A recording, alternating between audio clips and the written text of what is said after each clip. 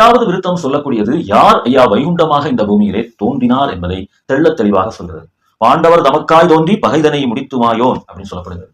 இது துவாபர யுகத்திலே பஞ்சபாண்டவர்களுக்கு பகாரியாக வந்த அந்த துரியோதன் முதலான கௌரவர்களை எல்லாம் அழித்து அந்த பகை, அதாவது நல்லவர்களை காக்கும் பொருட்டு தீயவர்களை அழித்த அந்த செயலை செய்து மாயோன் மீண்டும் அந்த கருமை நிறத்தவனான, அதாவது யாராலும் அறிய முடியாத, அவன் காட்டினால் அன்றி அவனை யாரும் அறிய முடியாது, அப்படிப்பட்ட அந்த நிலையில் இருக்கிற அந்த மாயோன் வீண்டிய கலியன் வந்த விசலத்தால் கையிலேயேகி அப்படின்னு சொன்னார். வீண்டிய கலியன்னா கலியன் அழிந்து போகக்கூடிய கலியன். இந்த பிறவிலேயே குரோனினுடைய கடைசி உண்டான இந்த கலியன் தோன்றி அழிந்து போக போகின்றான். அப்படிப்பட்ட அந்த கலியன் வந்த காரணத்தால கையிலை போகிறார். கையிலை போகி கையில ஏகி, கையில ஏகினா அது சிவனாரிடம் சென்று அவருடைய அனுமதியை பெற்று இந்த சான்றோர் மக்களுக்காக இந்த தரணியில் வந்தார்.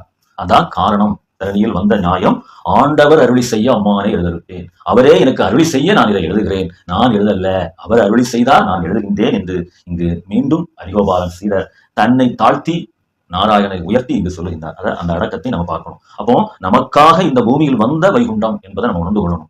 நமக்கு பாக்கியத்தை அவராகவே வலிய வந்து தருவதற்காக வந்தார் என்பது இந்த இடத்துல நமக்கு சொல்லப்படுகிறது. அப்படி வந்தவர் யார் என்றால் அந்த பாண்டவர் பஞ்சபாண்டவர்களுக்கு நன்மையை செய்யக்கூடிய நிலையிலே ஸ்ரீ கிருஷ்ண பரமாத்மாக தோன்றிய அந்த ஸ்ரீ கிருஷ்ணரே இங்கு வைகுண்டமாக வந்தார் என்பதை மிக தெளிவாக சொல்கிறது. இங்க வேற யாருக்கும் எந்த ரோலும் கிடையாது என்பதை நல்ல ஆணித்தனமாக சொல்லணும். இதை தாண்டு அவர் வந்தாரு, இவர் போனாரு, அவரும் சேர்ந்து இருக்கிறாருன்னு சொல்லிட்டு இன்னொரு உயிரை நாராயணரோடு ஒப்பிட்டு பேசுவது இந்த காப்பு பகுதியினுடைய பொருள் விளக்கத்திற்கு நேர் எதிரானது என்பதை நம்ம இந்த இடத்துல முழுமையாக நம்ம புரிந்து கொள்ளணும்.